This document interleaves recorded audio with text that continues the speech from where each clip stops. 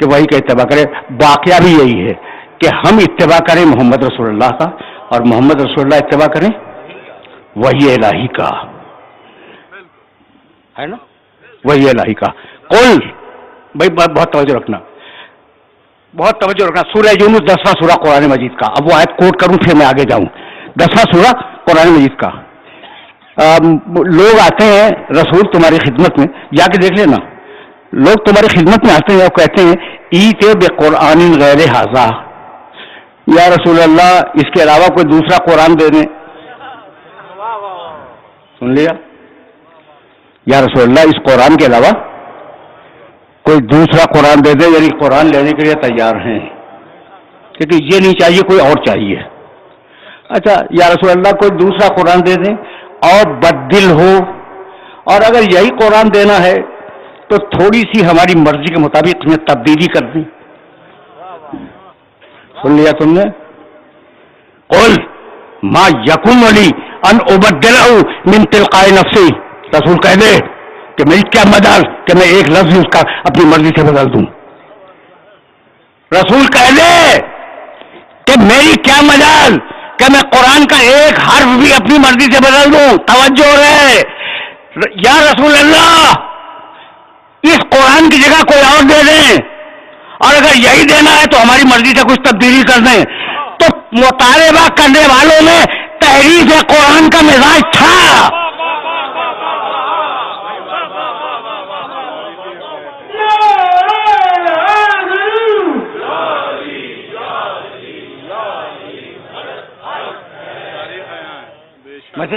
Message پہنچ گیا میرے سننے والوں تک؟ نہیں بھائی نہیں, سنو.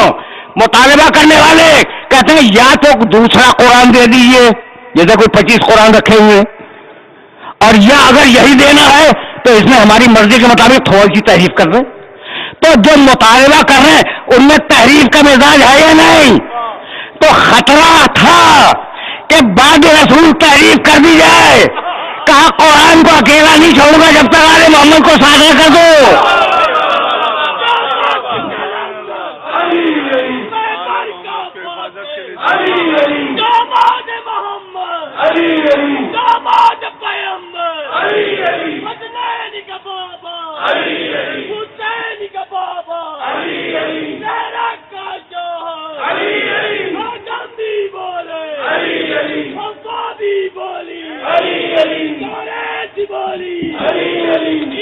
بس برادر عزیز,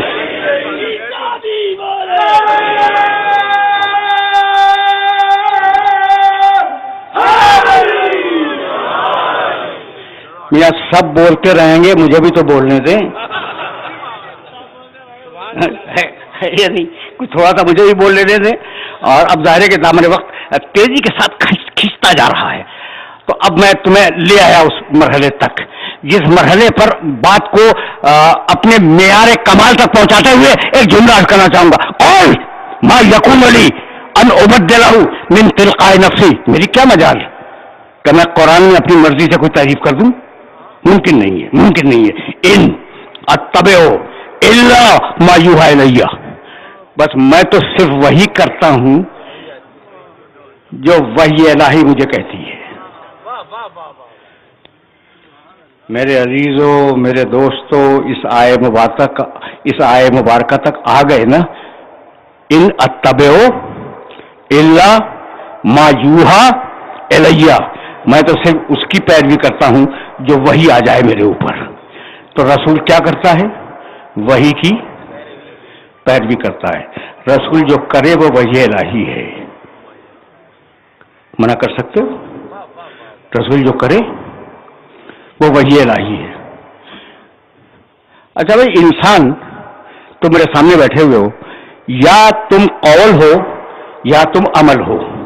سو رہے ہو عمل ہے, جاگ رہے ہو عمل ہے, کوئی کام کر رہے ہو عمل ہے, ٹھیک ہے نا, مجلس سن رہے ہو عمل ہے, اور جب بولو گے تو قول ہے. تو انسان یا قول ہے یا عمل ہے, کوئی تیسری چیز تو نہیں ہے نا انسان. تو پوری انسانیت یا قول ہے یا عمل ہے. رسول کا عمل ان اتبع الا ما یوحی الی, جو بھی میں کروں وہ وحی الہی ہے. اب جو بھی کر دے رسول، اگر سوئے تو وحی الہی ہے، اگر سلا دے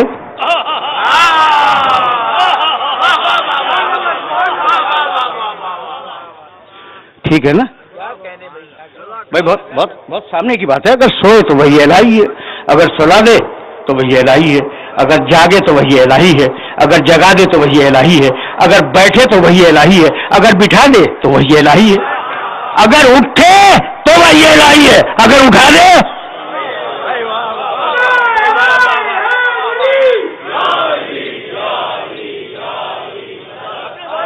پوری جوش سے قوت سے لے تو ان کا ذکر ہو رہا ہے. نعرہ حیدری،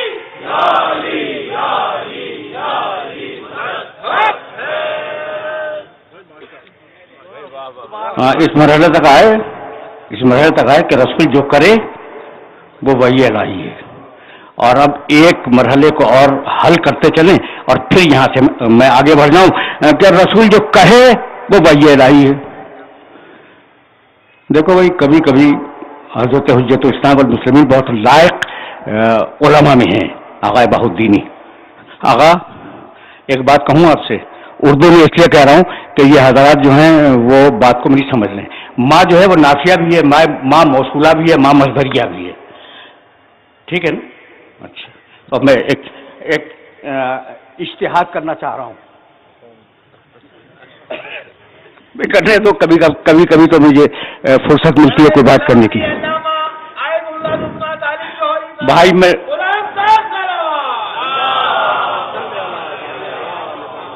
برادر عزیز میرے ساتھ یہ نہ کریں، میں ایک بہت بڑا خادم ہوں ذکر سید الشہداء کا، اس سے زیادہ میں کچھ نہیں ہوں.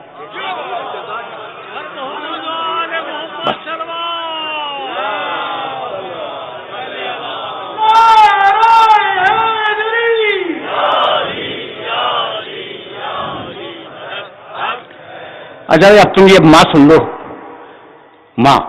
ماں کے ایک معنی تو یہ ہے کہ وما محمد الا رسول، محمد کچھ نہیں ہے، رسول ہیں. ماں کے معنی نہیں ہے نا. اور ایک معنی ماں کے جو، تم پوچھو گے نا یہ جو، بلغ ما انزل الیک، پہنچا دو جو تمہیں پہلے بتایا جا چکا ہے. تو ماں کے دونوں معنی ہیں نا، ماں کے دونوں معنی ہیں. ماں کے معنی نہیں اور ماں کے معنی جو. وما ينطق عن الهوى ان هو الا وحی یوحی، وہ بولتا ہی نہیں ہے. ماں وہ بولتا ہی نہیں ہے اپنی خواہش سے، جو بولتا ہے وہ وحی الہی ہے. یہ تو ایک ترجمہ ہو گیا. اور مجھے ماں مسیح کا ترجمہ کرنے کی یاد دیتے ہو، وہ جو بھی بولے اپنی خواہش سے وہی وحی الہی ہے.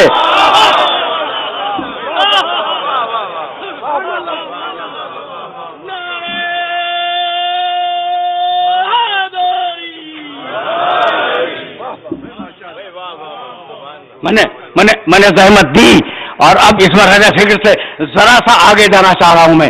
اور اگر پہنچ گیا تو میری آج کی محنت سوارت ہے. مجھے نہیں معلوم کیا متفق ہے میری اس رائے سے یا نہیں. حضرت آیت اللہ متشدد حج جا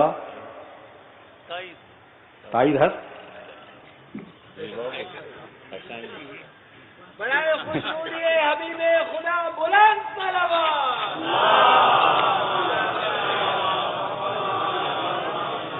پر ظاہر ہے کہ جب دونوں معنی ہیں تو مجھے حق دو کہ میں ایک معنی اور کروں.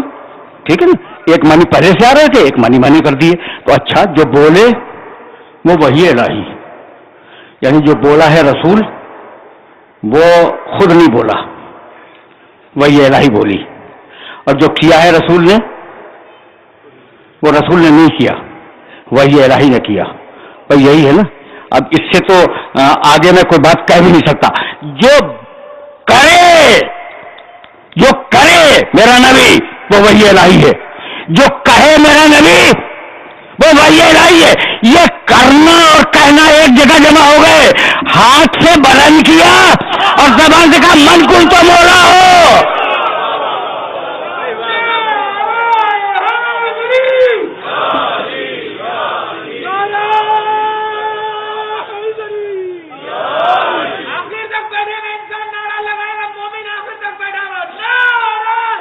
آخر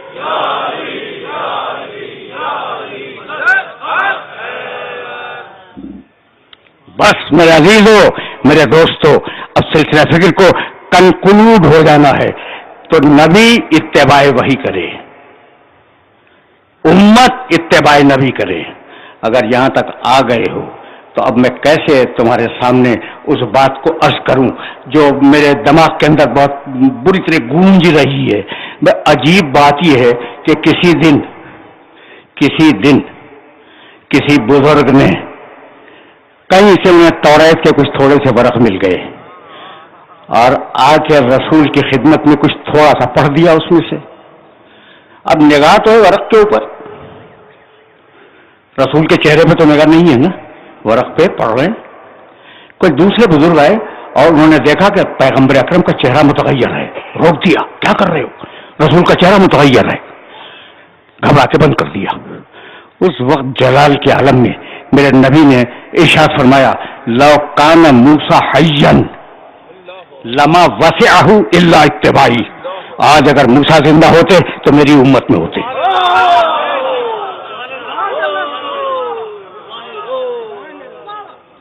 یہ کیا کر رہے ہو میرے سامنے؟ توریت پڑھ رہے ہو؟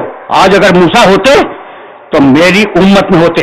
میرے نبی نے اصول دے دیا کہ جو بھی نبی زندہ ہوتا وہ میرے نبی کی امت میں ہوتا۔ بھائی موسیٰ تو زندہ نہیں ہے لیکن عیسیٰ زندہ ہے یا نہیں؟ میرے نبی کی امت ہے۔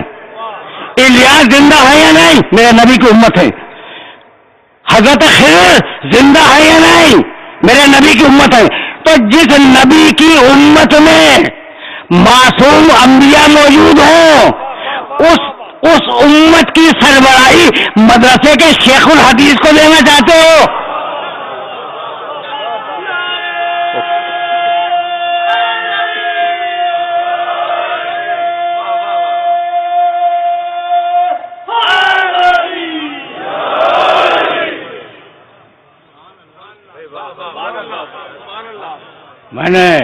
میں نے اپنے محترم سننے والوں کو زحمت دی، اور اب اتباع محمد، قل ان کنتم تحبون اللہ فاتبعونی، قرآن سورہ یونس میں کہہ چکا ہے، افمن یہدی الی الحق احق ان یتبع امن لا یہدی الا ان یہدی فما لکم کیف تحکمون۔ اگر زمانے نے فرصت دی تو کل میں عرض کروں گا اس آیت مبارکہ کا پورا ترجمہ۔ اتباع کے لیے اسے تلاش کرو جو حق کی ہدایت کرتا ہو۔ میرا نبی اتباع کا مکمل نمونہ ہے۔ اور اگر یہاں تک آ گئے ہو تو آخر کلام میں کچھ دو جملے سنو اور مجھے اجازت دے دو۔ میں نے بڑی زحمت دی آج، اور اس سے زیادہ مفہومات کو سطح عمومی سے بلند نہیں کر سکتا تھا جتنا آج میں نے زحمت دی، تو میں بات کو روکنے جا رہا ہوں، اور اگر روک سکا تو کہیں نہ کہیں کسی منزل تک پہنچا کے تمہیں چھوڑوں گا۔ وغفر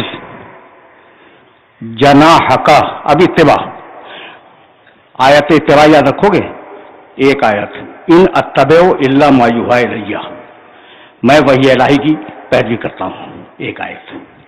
دوسری آیت، قل ان کنتم تحبون اللہ فاتبعونی یحببکم اللہ، دیکھو تم اگر خدا کی محبت کا دعویٰ کرتے ہو میرا اتباع کرو۔ دو آیتیں ہو گئی۔ افمن یہدی الی الحق احق ان یتبع، وہ جو حق کی ہدایت کر رہا ہے وہ مستحق ہے کہ اس کا اتباع کیا جائے، یہ تیسری آیت۔ اب یہ آیتیں تمہارے ذہن کے اندر محفوظ رہے گی نا؟ تو اب ایک آیت سنو، جو بھی اتباع کرے میرے نبی کا وہ منزل کمال پہ ہے۔ اب آیت پڑھوں، وَاغْفِرْ جَنَاحَكَ لِمَنِ اتَّبَعَكَ مِنَ الْمُؤْمِنِينَ، حبیب مومنین میں سے جو تمہارا مکمل اتباع کرے اس کے لیے اپنے کندھے کو جھکا دو۔ آیت پہنچ گئی، سورہ شعراء میں 26واں سورہ قرآن مجید کا۔ اور اب بات کو یہی روکنا چاہ رہا ہوں نا میں، وَاغْفِرْ جَنَاحَكَ لِمَنِ اتَّبَعَكَ مِنَ الْمُؤْمِنِينَ، مومنین میں سے جو بھی تمہارا مکمل اتباع کرے۔ بہت توجہ رکھنا، یہ آیات اتباع ذہن کے اندر محفوظ ہوتی جائیں، بہت بہت توجہ رکھنا۔ نہیں بھائی نہیں، رکو، آغا اگر نہ بیٹھے ہوتے تو میں اپنا موضوع گفتگو تبدیل نہ کرتا. ایک آیت اور سنتے جاؤ اتباع کی. اگر قرآن کافی ہے تو پھر اس طریقے سے کافی ہے جس طریقے سے عرض کر رہا ہوں. سبحان اللہ. دامن آل محمد سے متمسک ہو کر. اور محمد و آل محمد صلوات.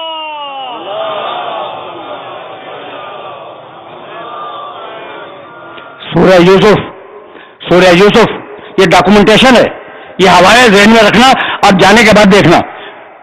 قل ھذہ سبیلی, رسول کہہ دو کہ یہ دین میرا راستہ ہے.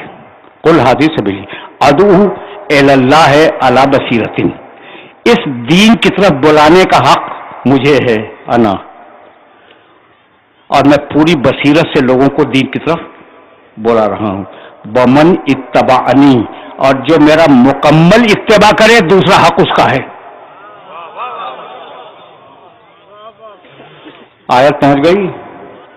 میں نے کوئی روایت نہیں پڑھی آج, ٹھیک ہے نا, اور میں چاہ رہا تھا کہ آیات کے ذریعے تمہیں کسی مرحلے فکر تک پہنچا دوں. ایک مرتبہ اور سننا, قل ھذہ سبیلی ادعو الی اللہ علی بصیرۃ انا ومن اتبعنی. بس دو کو اسلام کی تبلیغ کا حق ہے, دو کو اسلام کی ذمہ داری تفویض کی گئی ہے. انا میں, ومن اتبعنی جو میرا مکمل اتباع کرے. تو قرآن نے کہا کہ رسول کے بعد بس وہی ہوگا اس دین کا ذمہ دار جو رسول کا مکمل اتباع کرے. بھائی یہی ہے نا. تو اب قرآن سے پوچھنے کے رسول کا مکمل اتباع کرنے والا کون ہے؟ جو بھی مکمل اتباع کرنے والا ہے وہی رسول کے بعد جانشین. یہاں تک آگے میرے ساتھ اب واپس چلو.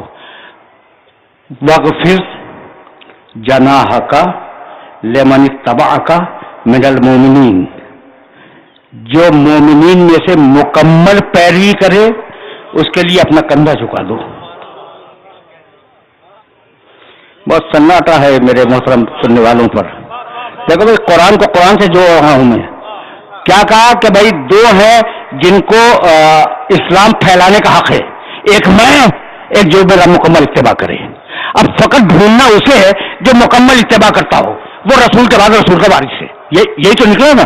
اب یہ آیت سامنے آئی کہ جو مکمل اتباع کرے اس کے لیے کندھے کو جھکا دو. تو صرف یہ تلاش کرنا ہے کہ رسول کا کندھا جھکا کس کے لیے.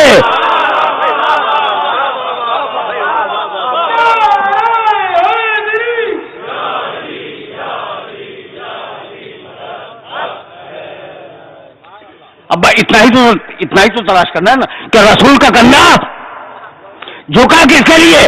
اب جس کے لیے رسول کا کندھا جھک جائے وہ رسول کا مکمل اتباع کرنے والا, اور جو مکمل اتباع کرنے والا وہ رسول کے بعد رسول کا جانشین. تو پوری تاریخ دیکھ ڈالو, رسول کا کندھا کل دو موقعوں میں جھکا, یا فتح مکہ کے دن علی کے لیے جھکا, یا عید کے دن حسنین کے لیے جھکا.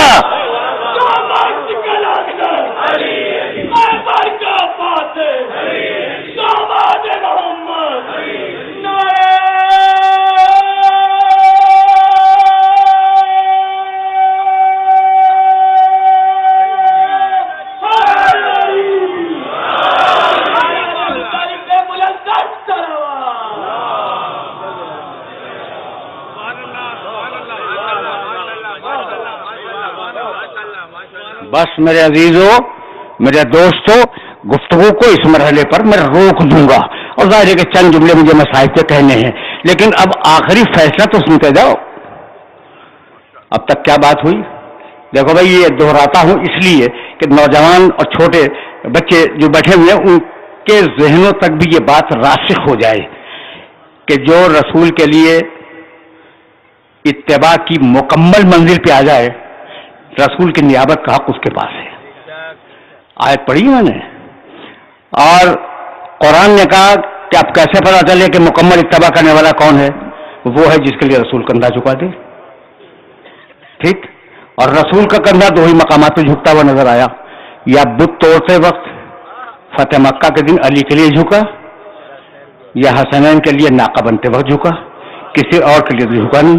تو ترتیب امامت کی سمجھ میں آ گئی.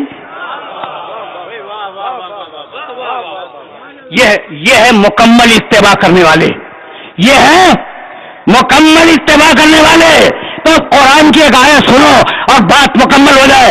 بھائی علی اتباع کرنے والا، حسن اتباع کرنے والا مکمل، حسین مکمل اتباع کرنے والا. اور اب قرآن نے آواز دی والسلام علی من اتبع الہدی، جو مکمل اتباع کرے اس پر سلام ہو.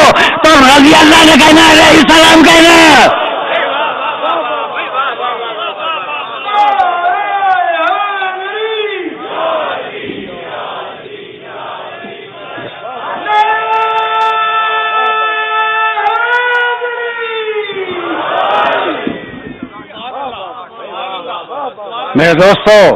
میرے دوستوں میرے عزیزوں، سلسلہ گفتگو اختتام پذیر ہوا. تو جو اپنے نفس کو اچھا بنا لے وہ متقی، جو اپنے نفس کو گمراہی میں چھوڑ دے وہ فاسق و فاجر. گفتگو کا آغاز یہیں سے تو ہوا تھا. اب ایک وہ ہے کربلا کے میدان میں، توجہ رکھنا، تمہاری صدائیں بلند ہو گئی. عجیب مرحلہ ہے، خدا کی قسم. ان مرحلوں میں حیرت ہوتی ہے. ابھی میں نے صرف کربلا کا لفظ کہا ہے، طویل مصائب نہیں. لیکن جب بات یہاں تک آئی ہے، جو سرکشی سے تقوی کی طرف جائے، توجہ رہے، وہ متقی. اور جو تقوی سے سرکشی کی طرف جائے وہ فاسق. یہی تو بات چلی تھی نا. یہ دونوں کردار عاشور کے دن کربلا کے میدان میں ہیں. جو تقوی سے سرکشی کی طرف گیا وہ ہے پیسر سعد، اور جو سرکشی سے تقوی کی طرف آیا اس کا نام ہے ہور. پہنچ گئے. یہ دونوں کردار سامنے ہیں. ایک وہ تھا جو تقوی سے سرکشی کی طرف چلا گیا، وہ ہے پیسر سعد. اور ایک وہ ہے جو سرکشی سے تقوی کی طرف آیا، اس کا نام ہے حر ابن یزید ریاحی. حسین کا قافلہ جا رہا تھا، دوپہر کا وقت تھا. حسین کی فوج سے کسی نے اللہ اکبر کی آواز بلند کی. حسین کے کانوں تک آواز گئی. کہا کہ اللہ بڑا ہے، یقیناً بڑا ہے، لیکن یہ موقع کون سا ہے جو تم اللہ اکبر کہہ رہے ہو؟ کہا فرزند رسول خرمے کے درخت نظر آ رہے ہیں. خرمے کے درخت کا مطلب سمجھے؟ بے آب و گیا میدان سے حسین گزر رہے تھے، جہاں ایک پودا بھی نہیں تھا، ایک پتا بھی نہیں تھا، تو درخت کیا ہوتے؟ کہا بھیا ذرا دیکھنا، یہ اس علاقے میں کوئی درخت تو نہیں ہے. گئے، کئی آدمی گئے اور واپس آئے. کہا فرزند رسول یہ خرمے کے درخت نہیں ہے، یہ کھینچے ہوئے نیزے ہیں. حسین نے وہیں اپنے قافلے کو روک دیا، کچھ دیر انتظار کیا. قافلہ آیا، حر کا قافلہ، حر کا دستہ حر کے ساتھ آیا. اتنے پیاسے تھے حر کی فوج والے کہ ناقے اور گھوڑے ان کی زبانیں پیاس سے نکلی ہوئی تھیں. کہا بھیا عباس بات تو بعد میں ہوگی، پہلے انہیں پانی پلا دو. تمہاری سزائیں بلند ہو گئی. بس میرے پاس بہت بھی نہیں ہے، بھیا عباس انہیں پانی پلا دو. سارے انسانوں کو، طویل واقعہ ہے، خلاصہ کر رہا ہوں، سارے انسانوں کو پانی پلایا گیا. پھر کہا عباس جانوروں کو بھی پانی پلاؤ. اور جانور جب تک 3 مرتبہ پی کے منہ نہ اٹھا لے سیراب نہیں ہوتا. پھر پوچھا کہ حر تیرا آنا کیسے ہوا؟ کہا فرزند رسول مجھے حکم دیا گیا ہے کہ میں آپ کو گھیر کر کوفے لے جاؤں. کہا تو یہ نہیں کر سکتا. یہ کہہ کر حسین نے اپنے فرس کو موڑا. جیسے ہی فرس کو موڑا، حر نے آگے بڑھ کر حسین کے لگامے فرس پہ ہاتھ ڈال دیا. یہ بہادری کی علامت ہے اور یہ گستاخی بھی ہے. کسی کے لگام فرس پہ ہاتھ ڈالنے کا مطلب گریبان میں ہاتھ ڈالنا ہے. بس جیسے ہی اس نے حسین